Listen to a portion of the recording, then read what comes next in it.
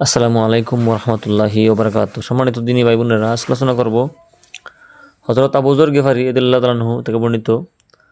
রাসূলুল্লাহ সাল্লাল্লাহু আলাইহি ওয়াসাল্লাম ইরশাদ করেন যে, আল্লাহ পাক বলেন, হে আমার বান্দাগণ, আমি আমার নিজের উপর জুলুম করা হারাম করিয়াছি, তদ্রূপ তোমাদের জন্য অপরের প্রতি জুলুম করা হারাম।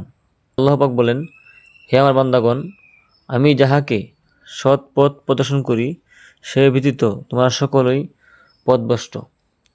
তাই তোমরা আমার কাছে সৎ পথ প্রার্থনা করো, আমি তোমাদেরকে সৎ পথ প্রদর্শন করিব। সুবহানাল্লাহ। 3 নম্বর আল্লাহ বলেন, হে আমার বান্দাগণ, আমি যাহাকে আহার করাই সে ব্যতীত তোমরা সকলেই অনাহারে থাকো, সুতরাং আমার থেকে রিজিক প্রার্থনা করো, তা হইলে আমি তোমাদেরকে রিজিক দিব। সুবহানাল্লাহ।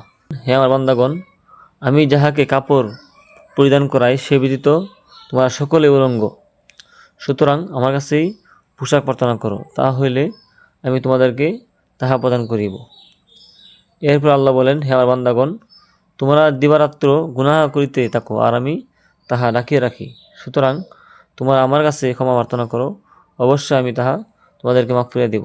সুবহানাল্লাহ। এরপরে আল্লাহ বলেন, হে আমার বান্দাগণ, তোমরা আমার কোনো উপকার করিতে পারিবে না, আবার আমার কোনো ক্ষতি করতে পারবে না, ইহা তোমাদের ক্ষমতার বাইরে। সুবহানাল্লাহ। এরপরে আল্লাহ পাক বলেন, হে আমার বান্দাগণ, তোমাদের আগের পরের সমস্ত জিন ইনসান মিলিয়া সকলে যদি বাধ্য হয়ে মাটি হয়ে যাও, তা হইলেও আমার আধিপত্যের সামান্য বৃদ্ধি পাইবে না। এরপর আল্লাহ বলেন, হে আমার বান্দাগণ, তোমাদের আগের পরের সমস্ত জিন ইনসান মিলেও যদি আমার অবাধ্য হয়ে যাও, তা হইলেও আমার আধিপত্যের সামান্য পরিমাণ হ্রাস পাইবে না।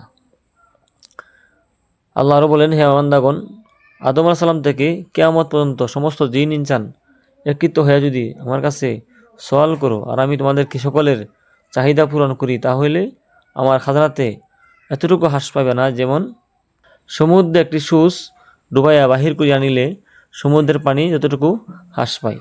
সুবহানাল্লাহ।